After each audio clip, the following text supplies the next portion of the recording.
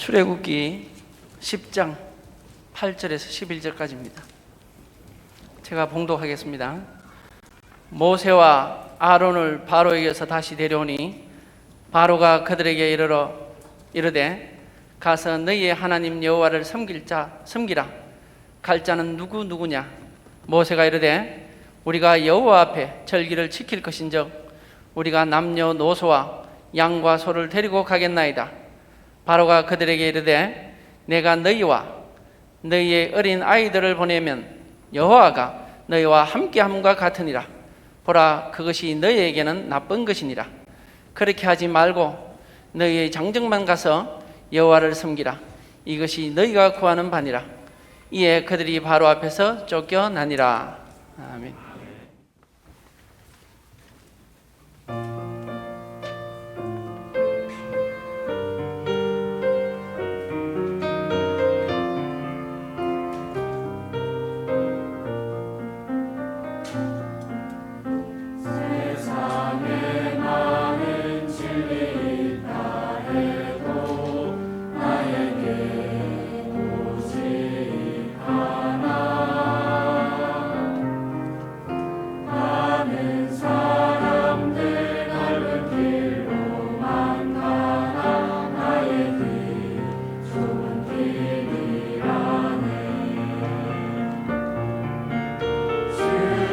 하신 그 길을 걸어가는 것이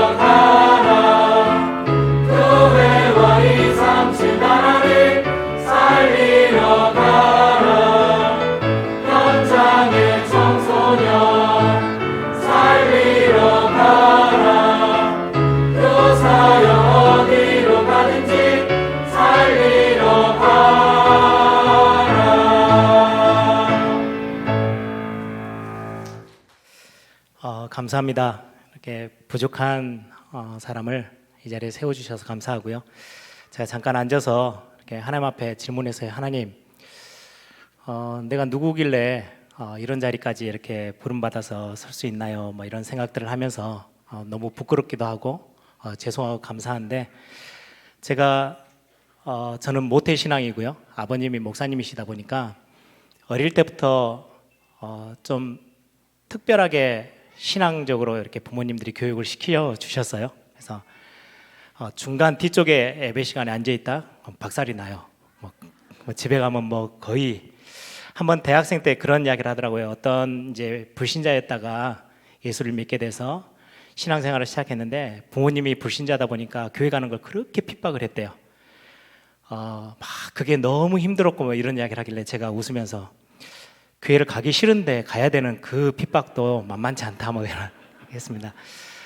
그렇게 신앙생활을 이제 고등학생 때까지 가장 앞자리에서 가장 최고의 자리에서 이렇게 신앙생활을 했는데요. 그게 그냥 어떻게 보면은 신앙 있는 척, 잘 믿는 척 하고 있었던 거지 실제로는 제 것이 아니었었어요. 뭐 하나님이 살아계신 게 분명한데 제가 거기에 막 반응해서 열정적으로 신앙생활을 한 게 아니고 굉장히 많이 헤매고 갈등 속에 있고 막 이런 제 모습이었는데, 대학 때 하나님이 은혜를 주셔가지고 말씀을 보다가 야, 이거 나 같은 학생들을 만들면 안 되겠구나. 다음 세대, 후대 뭐 이런 단어가 제 가슴에 탁 하나님이 뿌리 박히게 하셨어요. 그래서 그때부터 지금까지 한 30년 넘게 뭐 제가 일을 잘하고 못하고를 떠나서 제 마음에 항상 24시 남아있는 기도 제목이었는데요. 그러다 보니까 이제 렘넌트 또 사역에 제가 심부름도 하고 부족하지만 여기까지 이제 뛰어왔던 부분인 것 같아요. 렘넌트 사역, 후대 사역을 하면 하나 장점이 있는 게요. 제가 부교육자 하면서도 이제 렘넌트 파트, 뭐 대학생, 뭐 주일학교 이렇게 사역을 했는데 부모님들이 좀 실수해도요, 뭐라 해도 약해도 야단을 치는 법이 없어요, 교회에서. 왜냐하니까 자기 자녀들이 다 걸려 있잖아요. 그래서 조금만 뭐 라면 하나 사줘도 이렇게 부풀려서 칭찬받고, 야, 이게 후대 사역이 참 어마어마한 복이구나. 이거 하나 했다고 하나님이 이렇게 많이 부족한 자를 하나님이 이렇게도 많은 축복을 주시는구나, 뭐 이런 생각을 합니다. 제가 여기 서게 된 것도 제 능력과 상관없이 하나님 앞에 그 받은 은혜 때문에 후대 사역을 놓고 기도하고 또 마음 담고 있는 그거 하나 때문에 제가 부족하지만 이 자리에 이렇게 부름받아 또 서게 된 거 아닌가라는 생각이 듭니다. 오늘 짧은 시간 되겠지만 뭐 제가 뭔가를 대단한 걸 이야기를 하는 게 아니고요.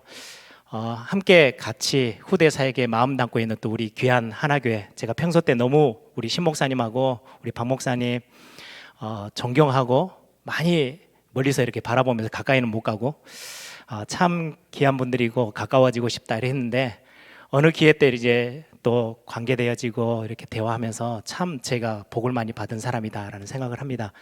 제 와이프하고 오늘 또 같이 오면서 목사님 생각하면 되게 귀하고 너무 감사하고 이렇게 알게 된 그 만남의 축복이, 이 하나교회가 또 후대 사역을 놓고 너무 중심 담고 사역하고 있는 교회이기 때문에 제가 특별히 뭐 와서 뭐 아는 체하러 가는 게 더 이상한 거고요.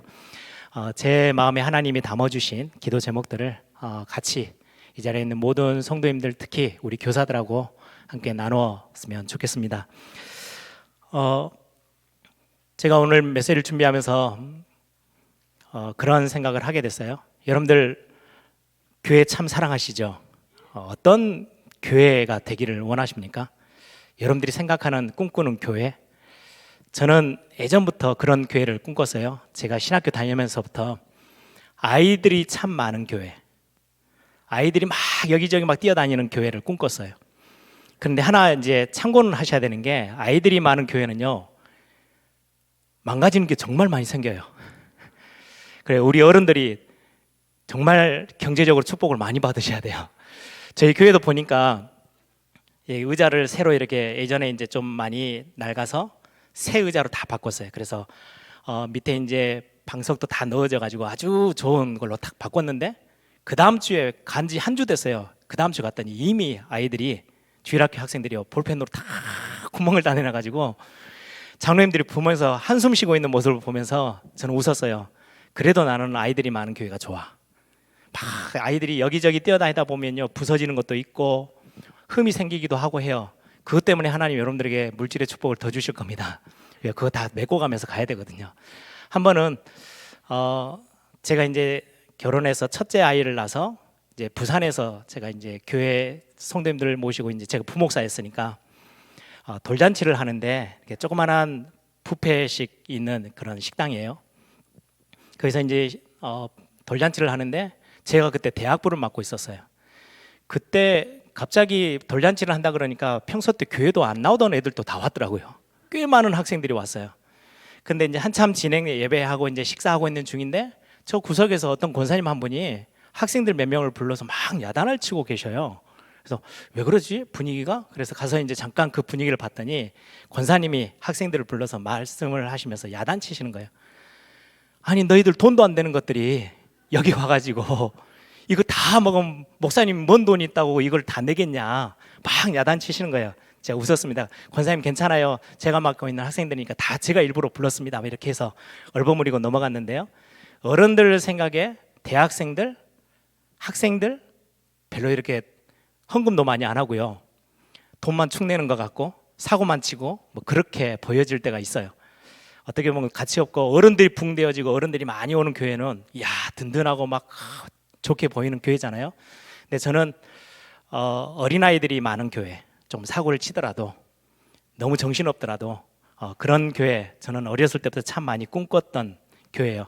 그래서 지금이 참 좋고 아름답고 힘이 나는 교회가 필요하지만 지금 이 뒤로 5년 뒤에 10년 뒤에 좋은 교회 10년 뒤에도 우리 아이들이 자라서 여러분들이 앉아있는 그 자리를 다 메꾸며 교회를 교회답게 꾸려나가고 있는 교회를 세워나가고 있는 그 교회를 저는 어렸을 때부터 꿈꿨던 것 같아요. 학생 때부터 신학생 때부터. 그래서 아까 우리 목사님하고도 잠깐 그런 포럼을 했는데요. 이 교회에서 지금 학교 사역이나 RUTC 사역들을 굉장히 구체적으로 하고 계시죠. 저도 마찬가지로 학교 사역을 꿈꾸고 있어요. 제가 신학교 다니면서 배웠던 과목 중에 하나의 내용 중에 하나가 저희들이 대한예수교 장로회잖아요. 이 장로회의 어떤 모태에 어떤 영향을 줬던 교회가요. 스코틀란드라는 장로교회. 거기서 장로교회가 처음 시작했거든요. 스코틀란드 장로교회를 가면 교회 우리 어린이 아침 뭐 9시, 8시 이렇게 되면 막 주일학교 학생들이 막 교사들이 들어서 사역을 하잖아요. 거기는 주일학교 사역이 없어요. 근데 교회가 엄청 든든해요. 뭘 하느냐? 교회 바로 옆에 학교가 있어요. 학교가 있으니까 6일 내내 가르치는 거니까 굳이 교회에서 하루 주일날 막 복잡복잡하게 주일학교 사역이 필요가 없는 거죠. 6일 내내 복음 가진 교사들이 신앙과 언약을 가진 교사들이 학교 선생으로 들어가서 학교를 교회가 운영을 하는 거예요. 그런 어떤 이야기를 들으면서 그때부터 야 이게 진짜 학생들이 세상에 예를 들면 중학교, 고등학교, 대학생 가서 막 세상으로 나가도 전혀 언약이 흔들리지 않을 그런 아이들을 세우는 거.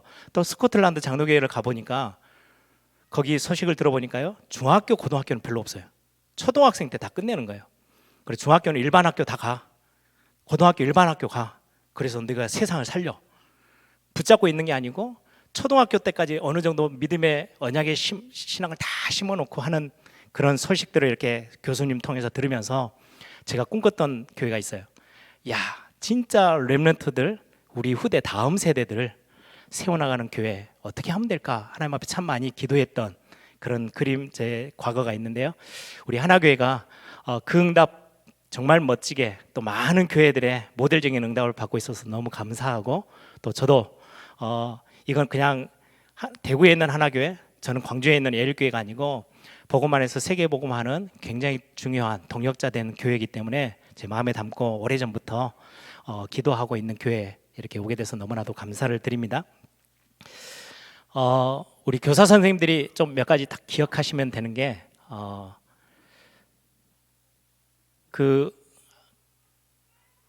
저는 드라마를 별로 안 좋아하거든요. 그렇게 자주 보지는 않아요.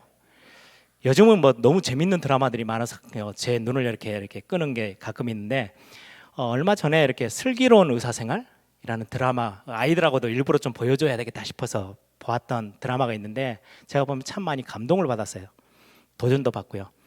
한 뭐 이렇게 드라마니까 그러겠지만 또 더 그런 또 너무 소중한 의사 선생님들이 계시겠지만 드라마에서 보니까요, 한 환자를 두고 끝까지 책임지려고 막 몸부림치는 그 의사 선생님들의 모습을 보면서요, 야, 우리 교사가 저 정도 되면 학생들에게 얼마나 큰 영향력을 줄 수 있을까, 뭐 이런 생각을 하게 됐어요.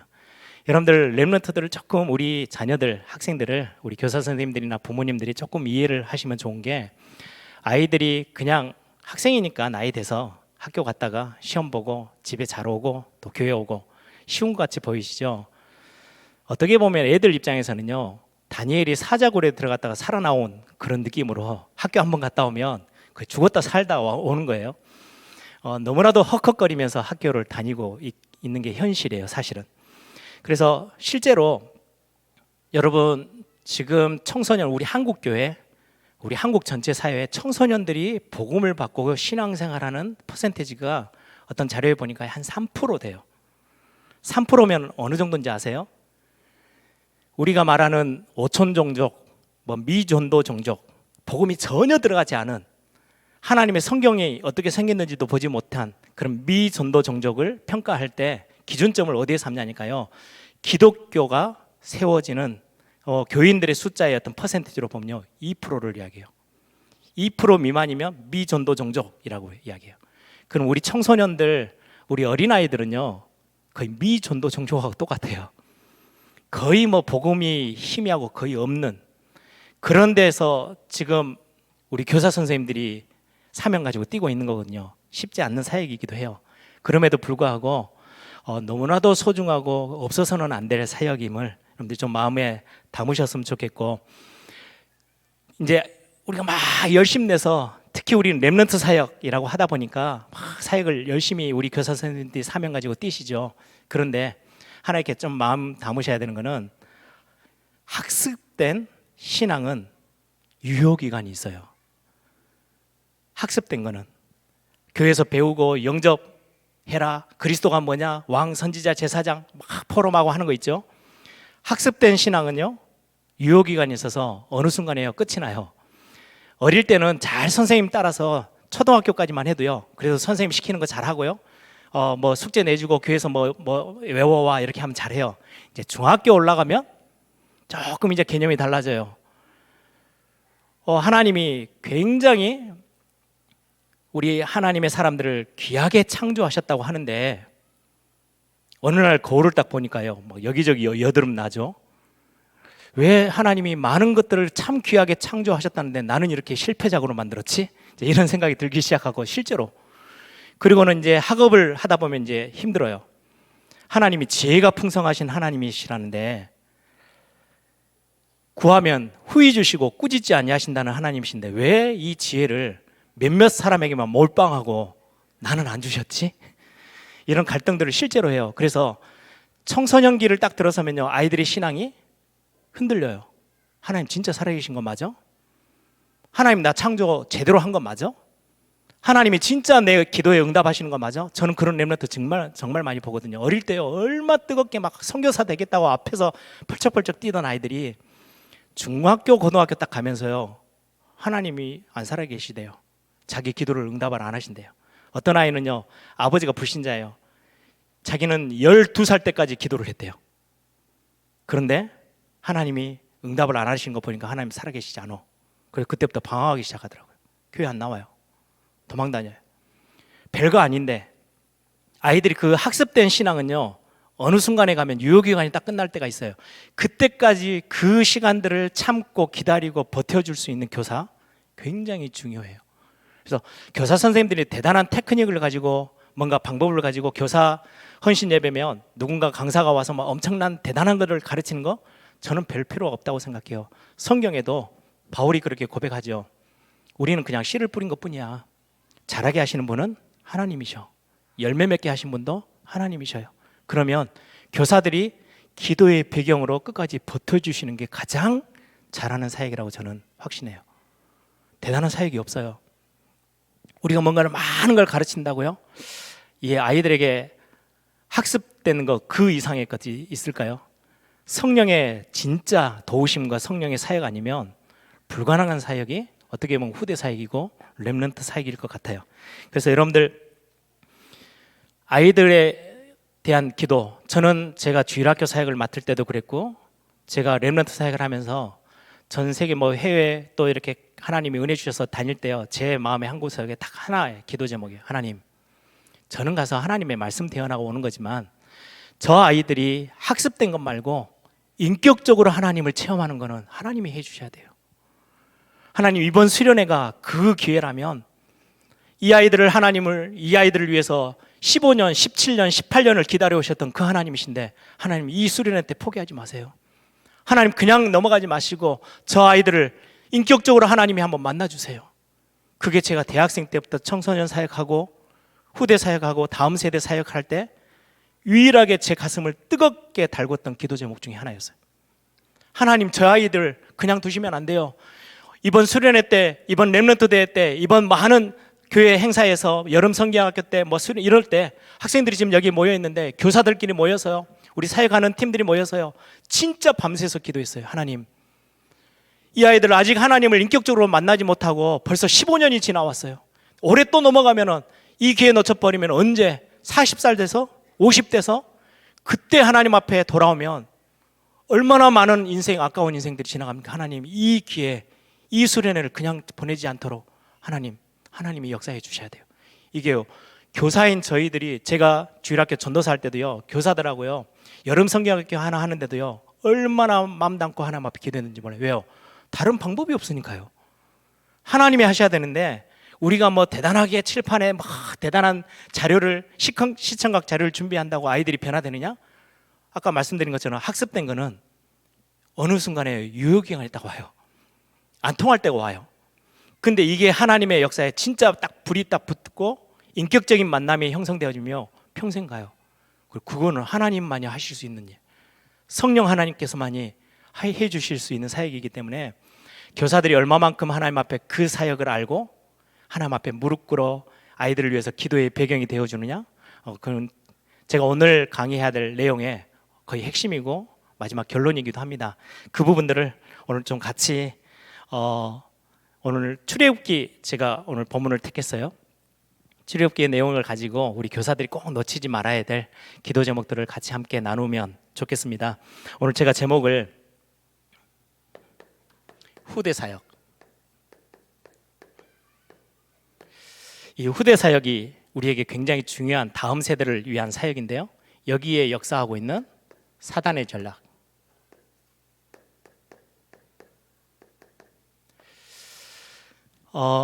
출애굽기에도 그렇고요, 구약 성경, 특히 모세오경에 보면 성경 안에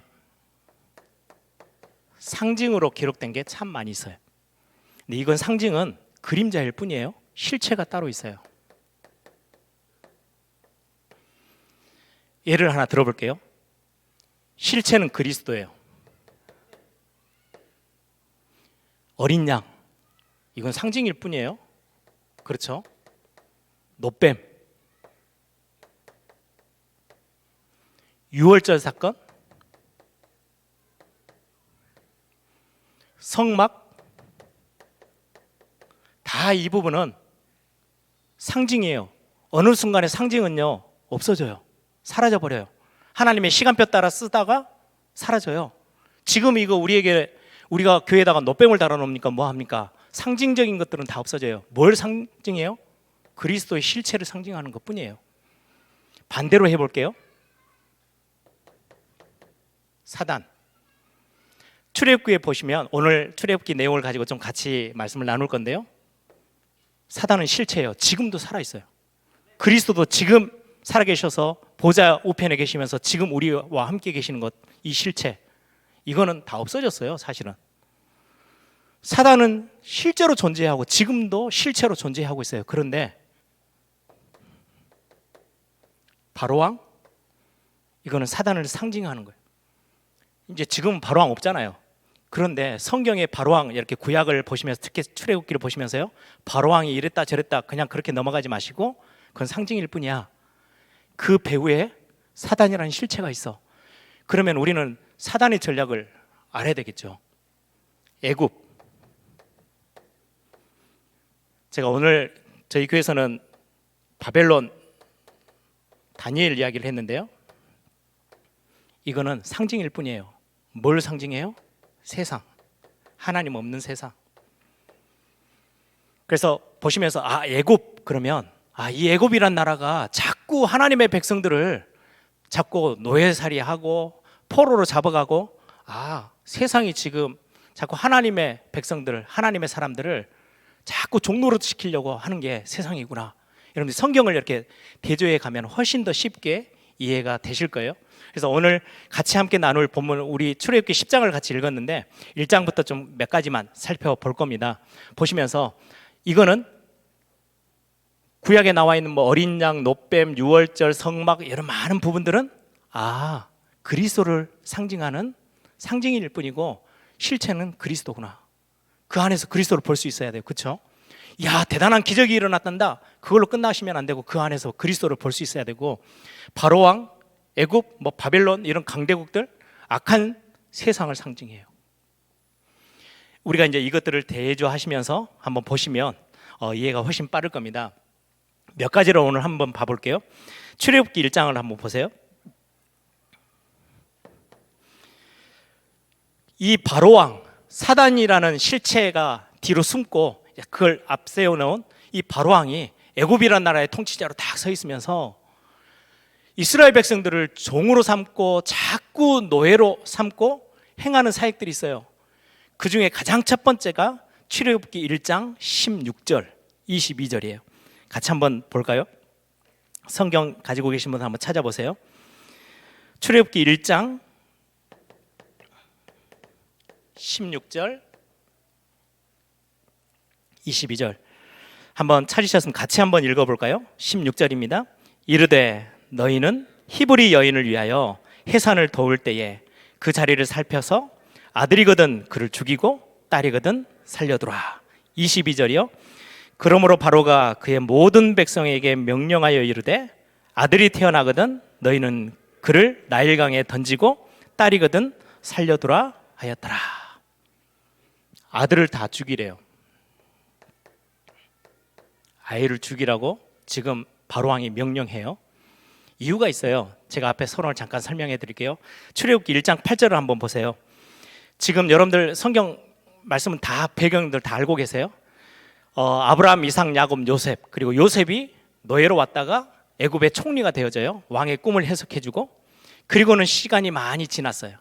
오늘 출애굽기 1장 8절에 보면 요셉을 알지 못하는 새 왕이 일어나 애굽을 다스리더니 라고 돼 있죠. 그 말씀이 이해가 되어져야 출애굽기 1장 16절 22절이 이해가 되어져요. 이게 애굽이라고 생각해 볼게요. 애굽이에요. 원래 이 애굽 땅에서 이 땅을 차지하고 사는 원래 원주민, 원래 땅 주인들이 있었겠죠. 그들이 이제 왕조를 이루고 나라를 다스리고 있어요. 왕권을 가지고.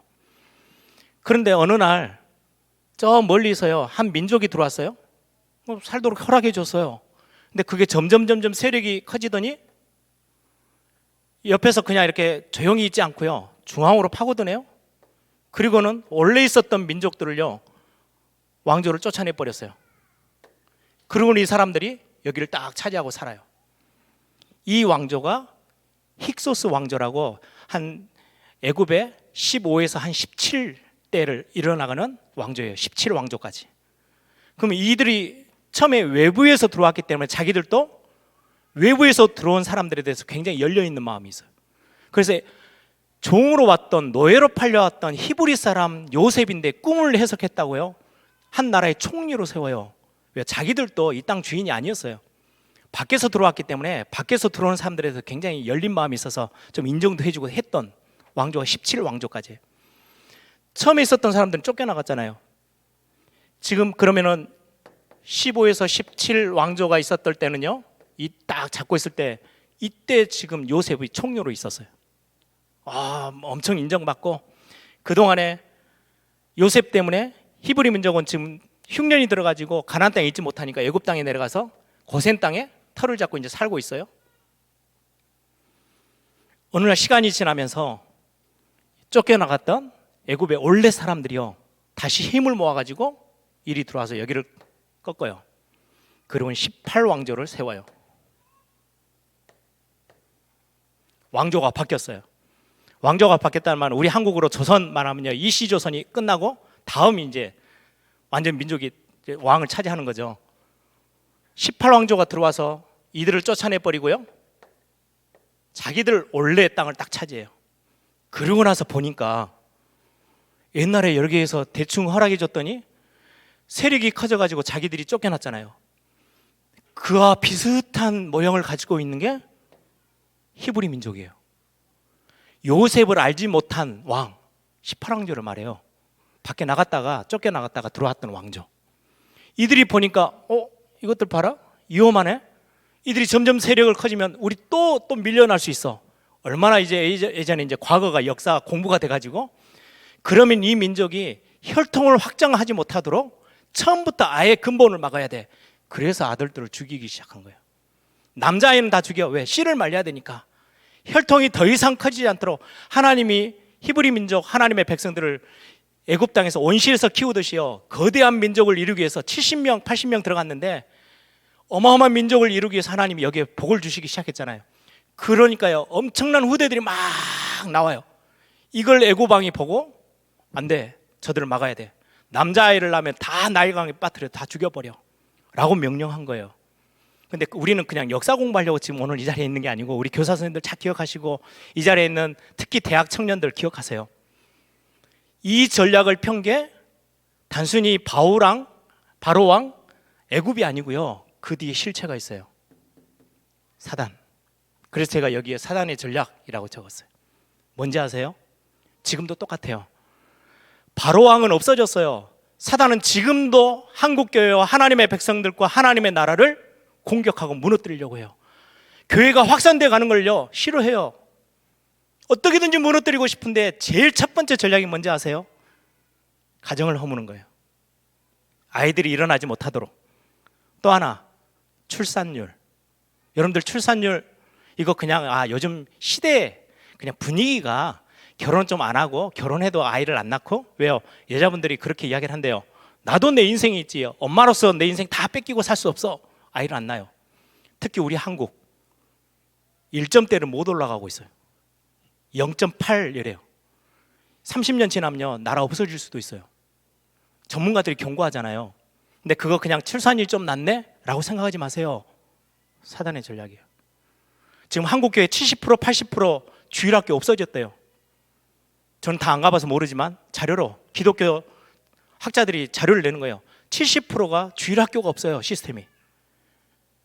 왜요? 아이들이 안 오니까. 여러분들 여기 현직 교사 계신 분들 계시죠? 학교 가면 학교 교실 텅텅 비어 있어요. 그렇죠? 그래서 병설 유치원 내주는 거잖아요. 예전에 우리 때는요, 한 반에 80명, 70명씩 있었거든요. 제 학교 다닐 때만 해도. 근데 지금은요, 학교 교실 이미 지어놓은 학교인데 학생이 없어요. 지금 우리 하나교회는 안 그럴 거예요. 지금 다락방 하는 교회들은 그래도 렘넌트 계속 하다 보니까 굉장히 많은 이 부분에 있었어요. 영적으로 싸우는데 일반 세상 사람들은 몰라요. 사단이 얼마나 많이 허물고 다니는지. 특히 교회의 후대들 다 막아놨어요. 그냥 단순하게 영적인 거 넘어서서요, 출산율까지도. 반대로 모슬렘들은요, 결혼하면요 8, 9을 낳아요. 저희 어렸을 때 저희 외할머니, 저희 어머니 쪽 보면 외할머니는요, 아이를 11명을 낳으셨어요. 저희 집은 형제가 6입니다. 저희 고모네 6명이에요. 제 주변에만 봐도요, 형제가 6인 게 너무 많았어요. 지금도 저희 형제 이제 뿔뿔이 흩어져 가지고 얼굴 볼 길이 없는데, 남자 셋, 여자 셋, 그래서 서로 이렇게 맞대 가지고 엄청 싸웠거든요. 형제가 6명인데 지금은 어때요? 하나 나면요 대단하다고 생각해요. 여러분들, 우리 젊은 세대들 좀 기억하셔야 돼요. 교회를 위해서라도 결혼하셔서 힘이 되시는 만큼 많이 낳으세요. 아니, 내가 몸이 지금 아이를 낳을 수 없는 상황이에요. 그거를 제가 이야기하는 게 아니에요. 나을 수 있는데도 안 나아요. 그걸 그냥 단순히 사회적인 분위기라고 생각하지 마세요. 철저히 교회를 무너뜨리려고 하는 사단의 전략 중에 전략 첫 번째예요. 우린 성경을 보면서 실제로 영적인 메시지를 드려야 되잖아요. 남자애 낳으면 다 죽여. 왜요? 이스라엘 백성들, 히브리 민족은 하나님의 백성들을 상징해요. 하나님의 교회, 구약은 이스라엘 백성이 하나님의 교회이고 성전이 하나님의 교회예요. 교회를 무너뜨리고 교회의 힘을 빼고 아무 세력 없이 아무 능력 없이 주저앉도록 만드는 굉장히 중요한 사단의 전략, 남자아이를 다 죽이래요. 더 이상 후대들이 일어나지 못하도록 가장 다 깨버리래요. 여러분들 혹시 전도 캠프하고 사회 가시는 중에 러시아 한번 가보신 적 있어요? 저는 러시아 가서 깜짝 놀랐어요. 이혼율 300%. 왜냐니까 15대면요 다 결혼해요. 좋은 제도가 있어요. 야, 어떻게 300% 그러면 결혼을 거의 기본 한 가정당 3번은 한다는 말인데 가능하겠어요? 왜냐니까요 15살 결혼해서 10년 살았더니 25이에요. 얼마나 갱년기부터 시작해서 다 오겠죠.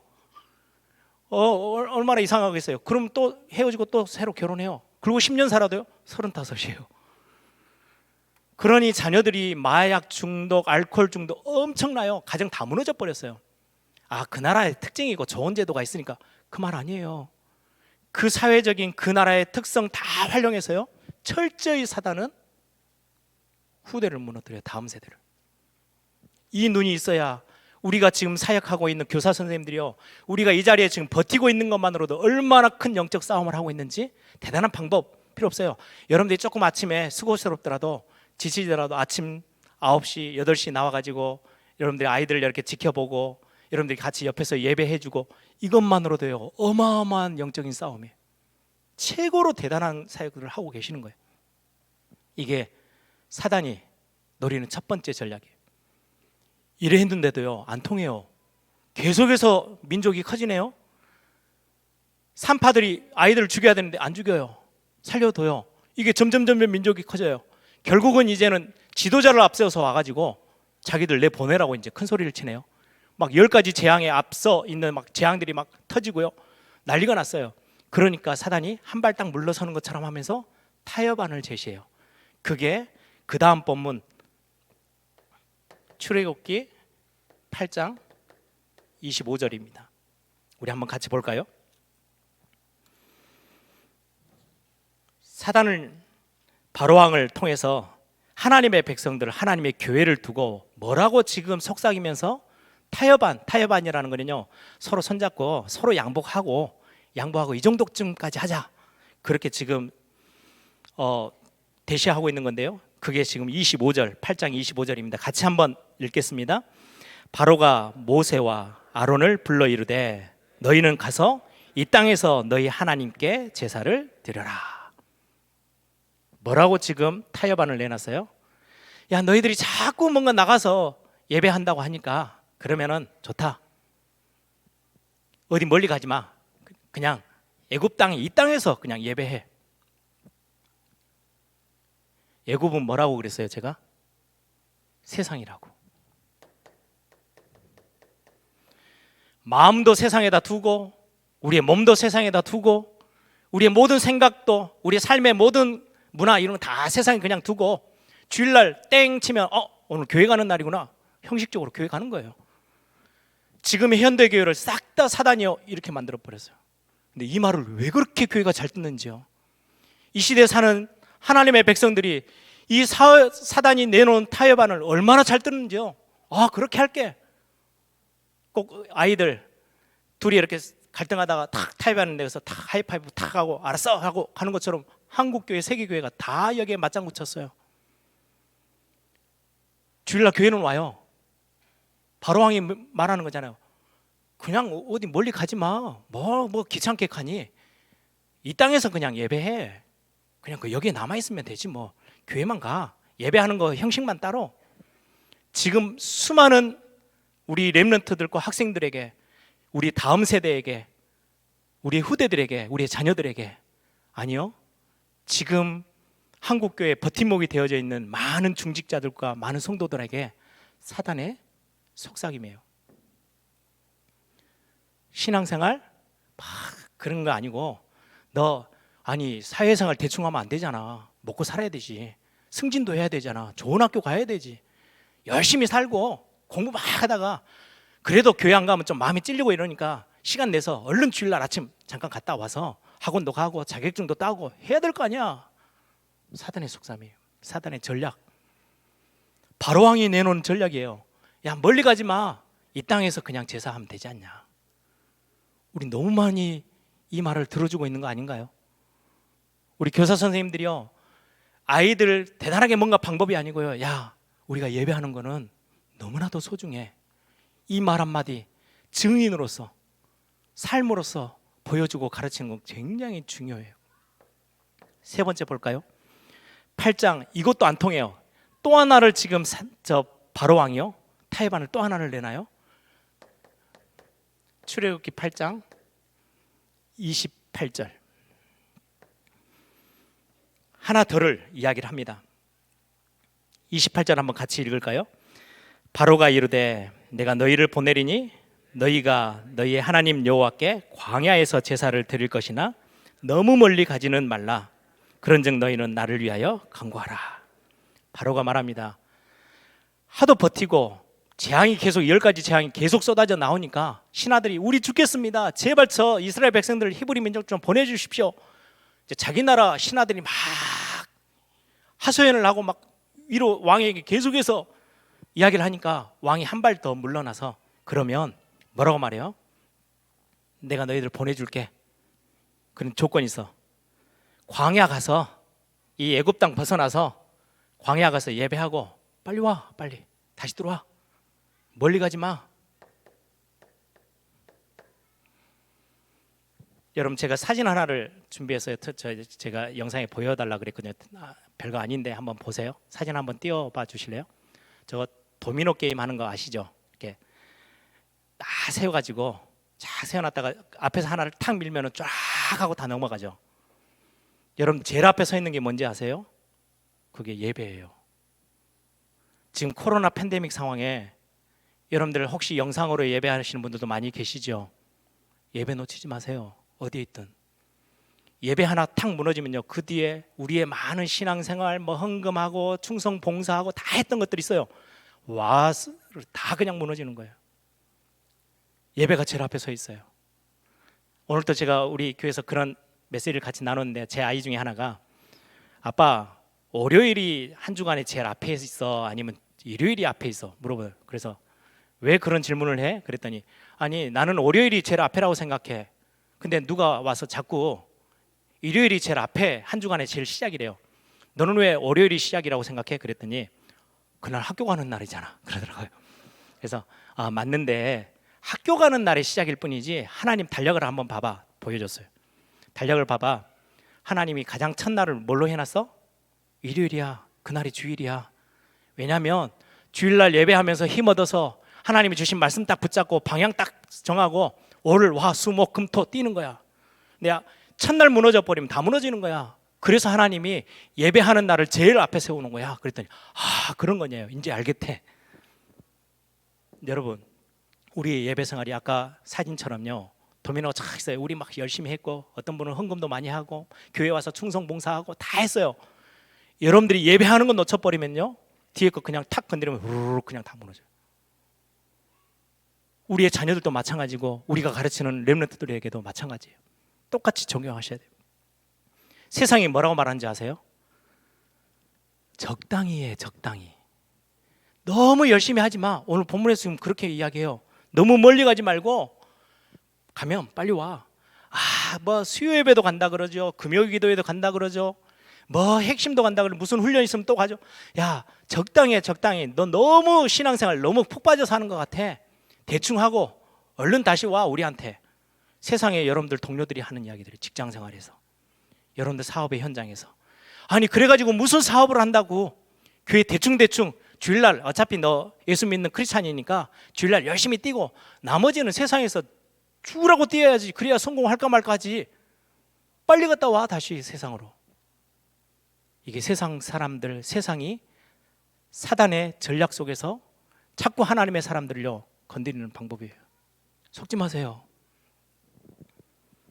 예배 우리 모든 생명이 거기에 다 걸려 있어요. 이거 놓쳐버리면 뭔가 내가 평생을 교회 다니면서 열심히 했는데 어느 날 보면요 싹 다 무너져 있어요. 뭐가 무너지면요? 예배가 무너지면. 그래서 여러분들 우리 하나교회는요 우리 렘넌트들에게 우리 어른들이 딱 보여줄 게 하나 있어요. 야, 예배는 생명 거는 거구나. 예배는 완전히 내 온 중심을 다 쏟는 게 예배구나. 이거 가르치는 게 가장 좋은 교사고 가장 좋은 중직자. 저는 그렇게 확신해요. 예배가 얼마나 중요한지를 보여주는 거예요. 왜요? 사단은 자꾸 이것 뺏으려고 하거든요. 더 큰 거 오늘 본문이죠. 출애굽기 10장 11절 8절부터 제가 11절까지 한번 읽어드릴게요. 제가 우리 지금 번역되어 있는 성경을 보니까 조금 애매하게 이렇게 이해가 잘 안 되도록 번역을 해놨어요. 그래서 제가 새 번역 성경을 제가 적어왔습니다. 제가 한번 잠깐 읽어드릴게요. 출애굽기 10장 8절부터 11절에 보시면 이제 다시 한번 모세와 아론을 부릅니다. 바로 왕이. 제가 읽어드릴게요. 모세와 아론이 다시 바로에게 불려갔다. 바로가 그들에게 말하였다. 너희는 가서 주 너희의 하나님께 예배하여라. 그런데 갈 사람은 누구누구냐? 모세가 대답하였다. 우리 모두가 주님의 절기를 지켜야 하므로 어린아이와 노인들을 비롯하여 우리의 아들과 딸들 다 데리고 가야 하며 우리의 양과 소도 몰고 가야 합니다. 10절에 바로가 그들에게 호통쳤다. 그래 어디 다 데리고 가봐라. 내가 너희와 함께 있는 너희의 주가 너희 하나님이 나를 감동시켜서 너희와 너희 아이들을 함께 보낼 것 같으냐? 어림도 없다. 너희가 지금 속으로 악한 음모를 꾸미고 있는 게 분명하구나. 그렇게는 안 된다. 가려면 너희 장정들이나 가서 너희의 주께 예배하고 예배를 드려라. 너희가 처음부터 바란 것이 그거 아니었더냐. 그렇게 해서 그들을 바로 앞에서 쫓겨났다. 이렇게 돼 있어요. 조금 이해가 되죠? 다 데리고 나간다니까요. 이때가 언제쯤이냐니까요. 거의 이제 10가지 재앙 끝물에 왔어요. 난리가 났어요. 온 백성들이 들고 일어나세요. 바로 왕에게 대드는 거예요. 빨리 저들을 보내라고. 안 그러면 우리 다 죽게 생겼다고. 난리가 나니까 그제서야 바로 왕이 모세와 아론을 불러가지고요 마지막 타협안을 내놓습니다. 야, 그러면 다 데리고 가. 다. 너희들 가고 싶은 데까지 안 돌아와도 돼. 이때는 돌아오라 했잖아요. 멀리 가지 말고 빨리 와 그랬는데 다 데리고 가. 어디를 가든 신경 쓰지 않을게. 다 가. 대신에 딱 하나 조건. 뭐라고요? 어른들만 데리고 가. 애들은 세상에 그대로 남겨놔. 아이들은 놔두고 다음 세대는 놔두고 한국교회가 어마어마한 붕의 역사가 일어나. 괜찮아. 너희들 마음 막 북치고 장구치고 다 해. 10년 20년 지내서 다음 세대 무너져 보면 되니까. 그럼 아무것도 안 되는 거니까요. 한국교회와 세계교회에게 소리치는 거예요. 장정들만 데리고 가. 어른들만 다 데리고 너희들 가고 싶은 대로 하고 싶은 대로 다 해라. 너희들이 하나님의 복을 받아서 막 세계복음 하겠다고 떠들고 2, 3, 7, 5천 정도 아무리 떠들어도 괜찮아. 전 세계 선교하겠다고 막 여기저기 다 다녀도 돼. 가. 뭐만 남겨놓으라고요? 장정만 가고 어린아이들은 놔둬. 세상에. 그게 사단의 전략이에요. 이 사단의 전략을 세계교회가 얼마나 고지고대로 잘 들었는지요. 유럽 교회 보세요. 지금 교회 문 다 닫았어요. 이걸 너무 과하게 이야기하는 게 아니에요. 실제로 그래요. 영국이란 나라는요 한때 기독교의 최고 탑에 있었던 나라예요.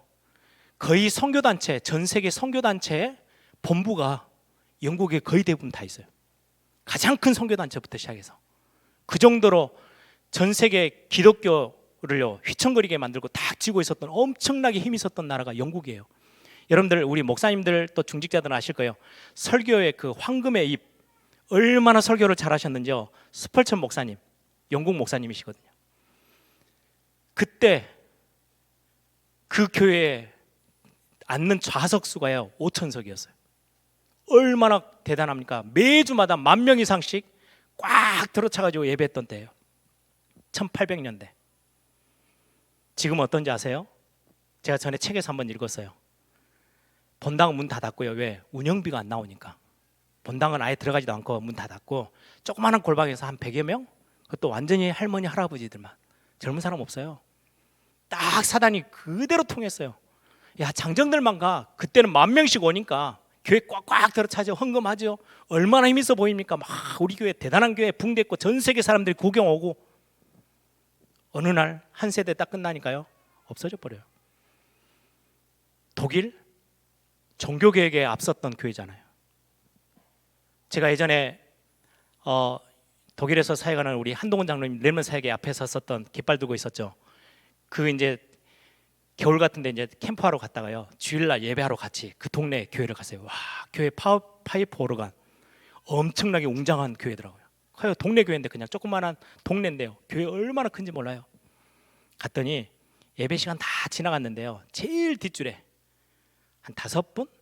그것도 그냥 못 걷고요, 보조기 써가지고 이렇게 바퀴 밀고 쭉 이렇게 걸어와가지고 앉아 계신 할머니, 할아버지 한 5분 계세요. 젊은 사람 우리밖에 없더라고. 구경 온 우리. 교회요? 젊은 사람 아예 없어요. 어떻게 그렇게 전 세계 교회가 이 사단의 말을 어떻게 잘 들었는지. 미국 교회요, 지금 어떠한지 아세요?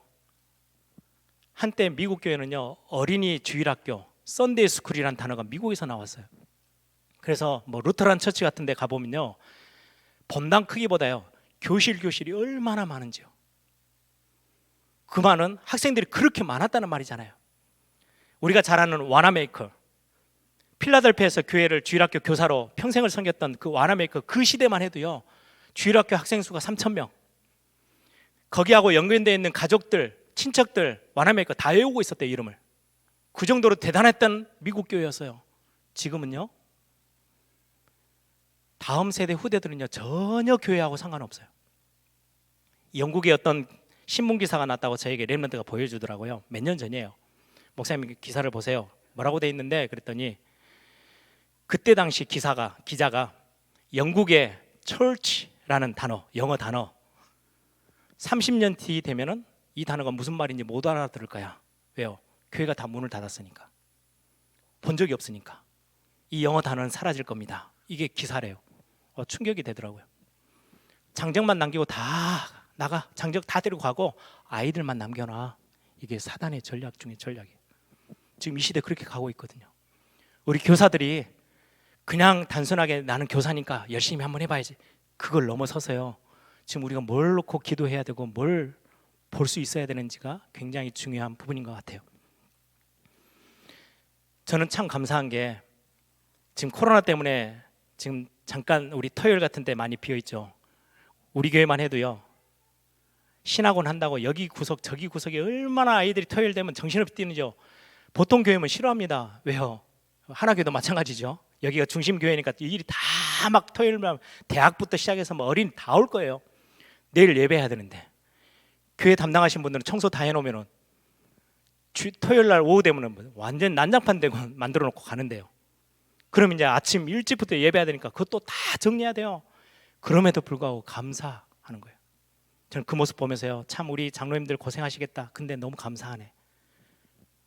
이 아이들이 교회에 와서 뛸 수 있고 교회에서 놀 수 있고 이게 자기 놀이터인 것처럼 다닐 수 있는 게 얼마나 감사한지요.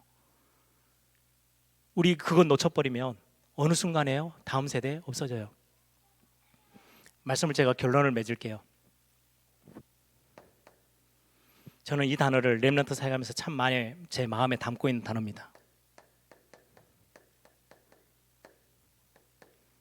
영적인 양육권, 누가 거머쥘 거냐? 주도권. 이 땅에는 하나님의 나라, 사단의 나라, 그 이 사단의 나라가 자꾸 영향 주는 세상 나라, 여기 있죠. 영적으로는 두 나라밖에 없어요. 지금 눈에 보이는 세상 나라 빼놓고, 그거는 우리 같이 사는 거니까. 하나님의 나라냐, 사단의 나라냐? 누가 양육권을 가지고 있습니까? 가정이 좀 깨어질 때 남편하고 아내가 막 법정 다툼을 하죠. 뭘 가지고요? 자녀를 누가 키울 거냐? 이거 가지고 엄청 싸워요. 우리 교사들이 지금 그 비밀을 쥐고 있는 거예요. 세상 나라에게 빼앗길 거냐? 여러분, 오늘 제가 다니엘서 1장을 저희 교회에서는, 우리 교회에서는 설교를 하고 왔는데요, 바벨론에 다니엘과 그 세 친구들이요, 포로로 잡혀가잖아요. 가자마자 바벨론이라는 세상 나라가 그 느부갓네살과 함께 펼쳤던 그들의 전략 뭔지 아세요? 가장 먼저 똑똑한 인재들 다 데리고 와서요, 바벨론 나라의, 갈대아 나라의 문화, 학문, 언어를 가르쳤어요. 어느 정도냐? 예전에 유다 나라에서 배웠던 그 언어 다 잊어버려도 될 만큼 확실하게 가르쳤어요. 세상 언어는 통하는데 영적인 언어가 전혀 안 통하는 다음 세대가 되도록. 세상이 지금 쏟아붓고 있는 힘이에요. 세상 지식은 아주 뛰어나요. 그런데 하나님의 방법에 대해서는 전혀 무감한 다음 세대를 만들어내고 있는 거예요, 세상이. 거기에 느부갓네살 왕이 주는 음식, 아주 값진 고급 포도주 주는 거예요. 그게 무슨 말인지 아세요? 여러분들 혹시 애완견 뭐 이렇게 애완동물 같은 거 키우세요? 누구 따라 붙는지 아세요? 그 동물들이? 먹이 주는 사람. 그 동물들 훈련시킬 때 뭘로 훈련해요? 먹이로 훈련해요. 예전에 저희 아버지가 저희 집에 고양이 한 마리를 누가 이렇게 가져다 주셔가지고, 우리 집은 그런 걸 키우는 거 별로 안 좋아하는데 줬어요. 그리고 키워야죠. 저희 아버지가 꼬박꼬박 밥을 줬어요. 우리는 괴롭히고. 우리 발자국 소리만 들리면 고양이가 어찌 그리 하는지 정신없이 도망가요. 네, 저희 아버지만 발자국 소리만 나면 탁 옆에 붙어 있어요. 왜? 먹이 주니까. 당신이 내 주인입니다 라는 거지. 하루는요, 딱 신발이 있는데 옆에 쥐를 딱 잡아다가 딱 놨더라고요. 거기 딱 주구리고 앉아 있더라고요. 아버지 신발 옆에. 당신에게 내가 지금 잘 보여야 먹을 수 있으니까. 무슨 말이에요? 느부갓네살 왕이 지금 음식을 주고 먹을 걸 준다는 말은요, 내가 너희들을 주인이야? 그 이야기예요. 지금 하나님이 주인이 아니고 내가 너희들 주인이야, 이것 지금 가르치는 거예요. 그거에 단호하게 다니엘은요, 뜻을 정하여 노라고 했어요. 세상 앞에. 세상이 자꾸 가르치려고 하는 거예요. 세상이 주인이야, 너희들. 거기에 잘못 보이면 성공도 못해, 돈도 못 벌어, 직장생활 제대로 안 돼. 거기에다가 눈독 들이고 어디 줄에 서야 될지 그렇게 따지고 가야 돼. 우리 아이들을 그렇게 양육권을 빼앗겨서 보내겠습니까? 그렇게 하는 이유, 진짜 이유가 있어요. 보시면 이름을 바꿔요. 다니엘을 벨드사살이라고. 다니엘은 하나님의 심판자시다 라는 단어인데요, 벨드사살은 그 바벨론의 최고의 신 모르드기, 벨이라는 신이 너를 총애해, 그에게 잘 보여야 돼, 그 이야기예요. 이름을 세상적으로 다 바꿨어요. 정체성을 뜯어 고친 거예요. 나는 하나님의 자녀. 어렸을 때는 막 렘넌트, 전도 제자 다 배워놓고 세상 딱 나가면요, 이름부터 딱 뜯어 고쳐요. 아니야, 네 정체성 그래가지고는 성공할 수 없으니까 세상에서 살아남으려면 세상 것 붙잡아야 돼.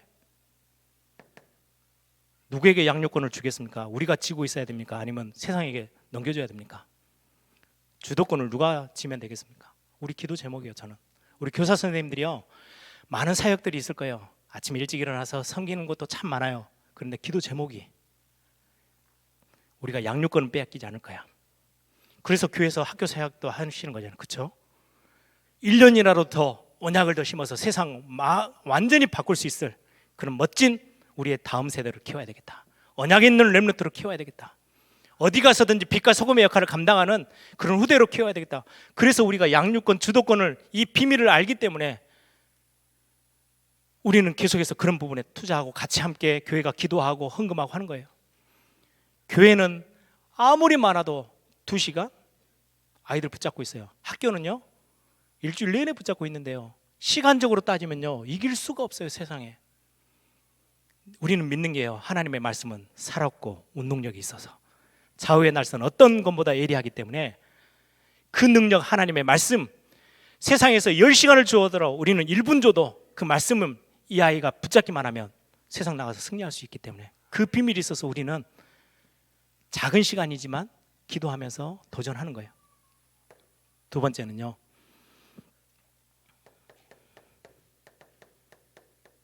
이 본문 아시죠? 신명기 6장 4절에서 9절.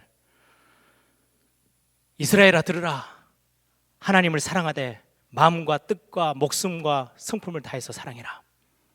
그리고는 후대에게 가르쳐야 돼. 근데 저는 이 본문보다 더 마음이 좀 가슴 답답하게 탁 붙잡았던 본문이 뭔지 아세요? 10절에서 15절이에요. 연결해서 말씀하고 있어요. 야, 그런데 너희들이 가나안 땅 다 정복하게 될 거야. 정복하고 거기서 배불러졌을 때 이 언약 놓치면 안 돼. 하나님 살아가는 거, 그리고 너희들의 자녀와 후대에게 언약 전달하는 거, 언제도 지금 말고 너희들이 배불러졌을 때, 교회가 좀 붕대어지고 우리가 살만하고, 야 우리 뭐 세계복음 언약 이 정도 다 했네, 엄청난 사역을 했네 라고 했을 때 놓치지 마. 그게 성경의 경고였거든요. 그런데 이게 참 쉽지 않은가 봐요.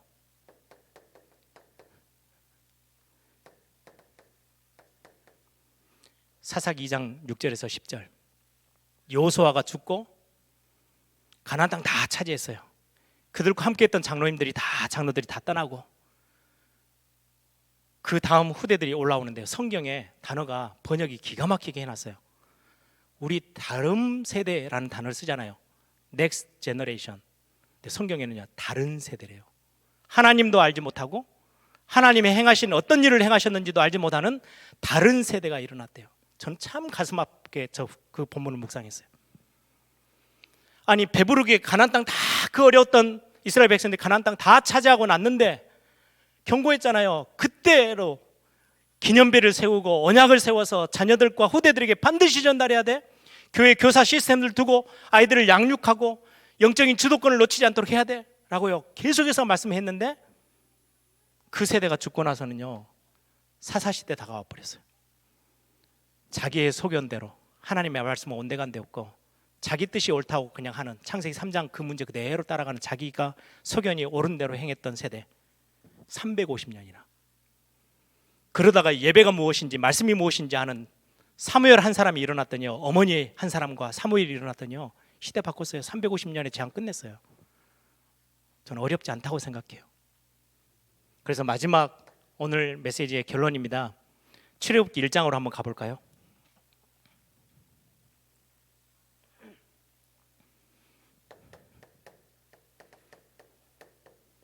출애굽기 1장 17절. 너무 길어져서 죄송합니다. 마지막입니다. 이 본문만 읽고 마치겠습니다. 같이 한번 읽겠습니다. 그러나 산파들이 하나님을 두려워하여 애굽 왕의 명령을 어기고 남자 아기를 들을 살린지라. 여기 성경의 출애굽기에요, 산파 두 사람이 나와요. 별로 가치도 없는 것처럼 보여져. 이 두 사람 때문에요 모세라는 인물이 생명을 부지해요. 그런 시대를 바꾸기 시작해요. 우리 교사 누가 막 알아주고 막 표창장 주고 이러지 않을 거예요. 산파처럼 아무 누가도 안 알아봐 주는데, 여기에 본문에 뭐라고 돼 있어요? 산파들이 하나님을 두려워하여.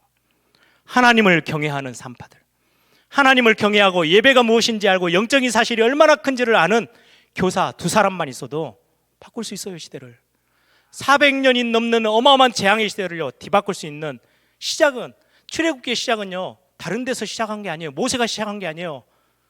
하나님을 경외하는 산파 두 명이 왕의 명령, 세상의 명령, 사단의 명령을 듣지 않고 남자아이를 살려줬어요. 그게 모세 아닙니까? 여기서부터 모든 하나님의 역사는 새로 시작됐거든요. 오늘 여러분, 오늘 교사 선생님들 여기 같이 계시죠? 중직자들도 계시죠? 사실은 우리 목사님들 뭐 이렇게 막 앞에서 뛰는 분들은요, 저도 오늘 올라오니까 막 저를 알아보시고 막 마스크 쓰고 있는데도 인사해 주시더라고요. 근데 별로 중요하지 않아요. 여러분들이 어디 지나가면 막 누가 알아주고 막 인사 안 해주시죠? 그런데 그분들이 시대를 바꾸는 거예요. 문제가 많았던 여인 한 사람이 어느 날 하나님의 주권을 인정하고 하나님 앞에 엎드렸던 한나, 그게 350년의 재앙을 끝냈던 사무엘의 어머니예요. 그런 부모 한 사람, 옆에서 심부름하는 산파, 교사 같은 이런 하나님을 경외할 줄 아는, 예배가 무엇인지 아는, 말씀이 무엇인지 아는 교사 한 사람만 있어도 하나님의 사역을 시작합니다. 그래서 저는 이 말씀 좀 여러분들하고 기도 제목, 제 마음에 있는 기도 제목이기에 같이 함께 나누려고 여기까지 왔습니다. 제가 말재주가 별로 없어서 이렇게 어떻게 전달됐는지 모르겠지만 대단한 이야기는 아닌 것처럼 보이지만 저는 이 말씀 전달하려고 2시간 운전해서 왔거든요. 우리 하나교회 모든 중직자들, 성도님들, 제자들, 그리고 특히 교사들, 이 마음 좀 같이 나눴으면 좋겠어요. 우리가 뭔가 대단한 방법이 중요한 게 아니고요, 이 시대에 우리가 렘넌트 한 명을 두고 여러분들이 가르치는 아이들 한 명을 앞에 두고 끝까지 버틸 수 있는 힘, 이것 때문일 것 같아요. 세상 속에 넘겨주지 않고 누군가는 버텨야 되잖아요. 누군가는 세상 말에 기울이지 않고 하나님의 말씀, 하나님을 두려워하고 하나님을 경외하는 비밀이 있는 그냥 이름도 없이 빛도 없이 헌신하는 산파처럼 그런 교사만 있으면 하나님은 이 시대 우리 하나교회 중요한 사역과 시스템들을 통해서 하나님 새 일을 행하실 것입니다.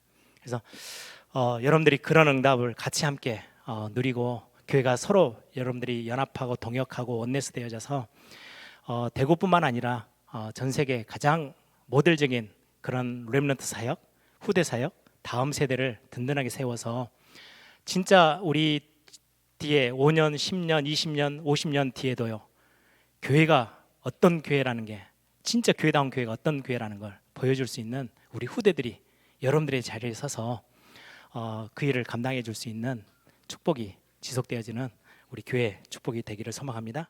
지금 우리 인생의 모든 문제 해결하신 예수 그리스도의 은혜와 하나님 아버지의 말로 닿을 수 없는 사랑하심과 성령님의 내주인도 역사 충만하심이 후대들의 현장들을 하나님의 귀한 축복된 역사 가운데 세워나가며 하나님께 영광 돌리는 귀한 축복된 우리 교역자들과 또 부장 장로님들과 교사들 머리 위에와 또 오늘 특별히 말씀 전거해 주신 귀한 목사님과 섬기는 교회와 가정과 사역 위에 또 몸된 교회 위에 지금부터 영원토록 항상 함께 있을지어다. 아멘.